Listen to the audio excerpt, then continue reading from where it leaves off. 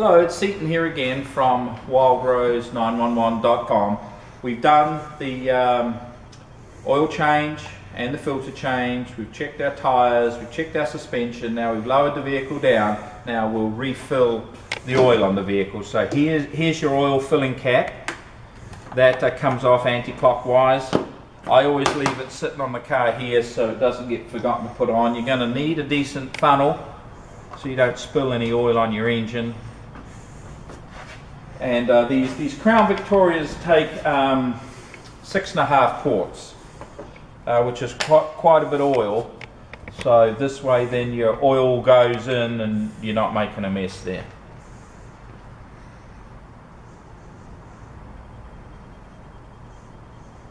And I recommend a top grade of engine oil.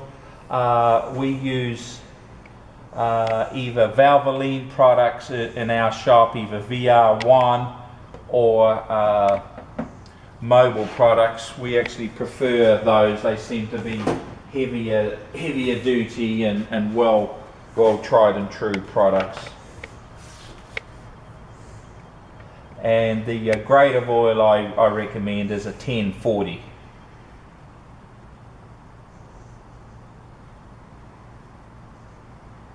Now, Seton, are there any times when you would need to use any other types of oil, or you'd recommend that? Well, a lot of people like synthetics. I personally,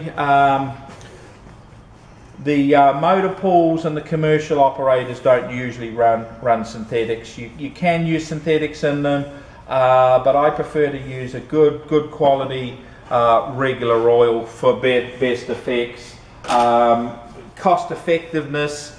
And I would rather use a good grade of oil and change my oil more frequently than use a very dear synthetic and then stretch those oil changes out maybe 5,000 or 6,000 miles. I'd rather do 2 oil changes for the same price with a good grade of regular oil. Now we'll just start that engine up. Now it's important, because we've replaced the oil filter, so the new oil filter on there is empty. So we've put 6 quarts of oil in. I still have some oil left in here, which will be the extra ½ quart top up. But you've got to start your engine first because you want that oil to circulate and you want that oil filter to fill up. Otherwise you're going to be low on oil. So I'm just going to start that engine. And as a safety tip, I always recommend to people that they hop in the vehicle and they put their foot on the brake. And the reason for that is just in case somebody's shifted into gear and your lockout neutral isn't working, so your car doesn't go flying down the driveway backwards. So I'll just start hopping here, start it up for a second.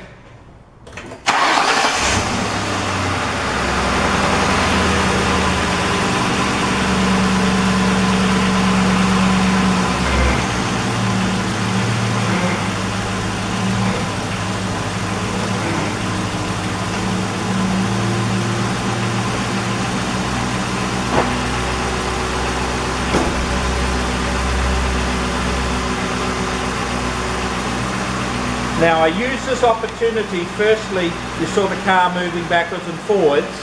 On the Ford Crown Victoria, if you want to check the transmission, you have to start it up, put it in drive, put it in reverse, and then put it back into park to check the transmission level. And what I'm doing at the same time is I'm letting the engine run to make sure I haven't got any oil leaks. So that oil filter's been filled up, oil's getting around the engine, to make sure my sump plug's tight and not leaking, to make sure I haven't got any leaks around the engine. Now let me quickly show you where the transmission dipstick hides. On the Ford Crown Victoria it hides in the back of the engine there. That's what it looks like, and it's got transmission on the dipstick there. So we'll just quickly check that while we're just letting that engine run for a few minutes.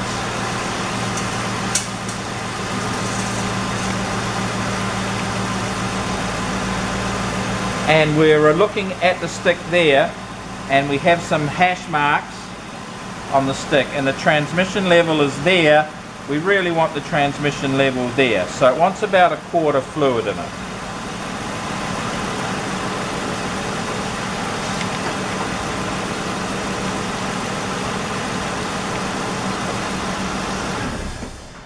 So we'll turn the engine off, and then we'll check the engine oil dipstick, which is around the other side here. That's also yellow, so it's on the driver's side. Let me pull it out here. Here's the dipstick here, yellow in colour.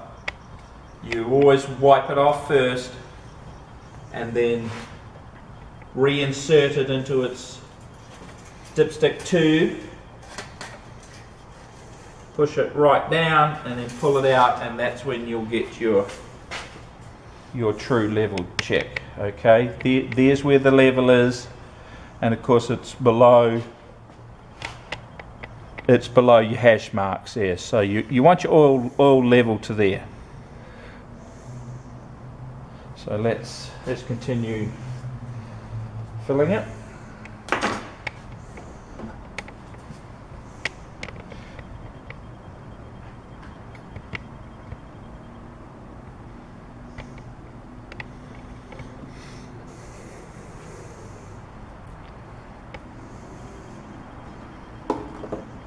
Now don't forget to recycle your old oil. Pretty much anywhere where you buy your oil will take your oil back. In most cases you can probably use the containers that you got your oil in to refill it and take it back to the store.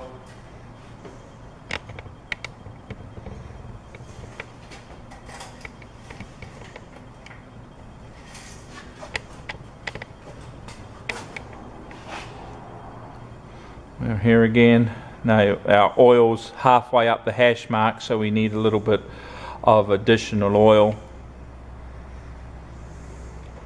So we need half a quart more oil in there. Now I'll just show you how to fill your transmission. If you have a look at the back of the engine where I took this dipstick out, there's a small round tube. So we have a funnel which we use here and put in the tube, because it's extremely hard to pour that fluid in and not to spill it, and if you spill it, it's going to get on your exhaust and that and smell.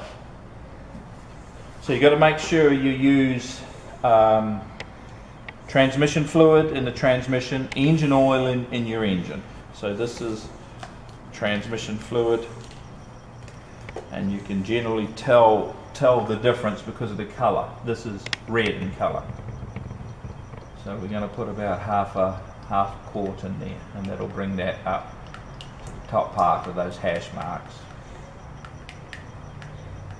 And in a lot of cases your oil container has a level on the side of it, so you can see how much you're putting in. So you put it on a flat surface there.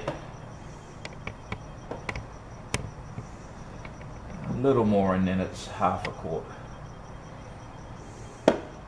There we go, so we put half a quart in.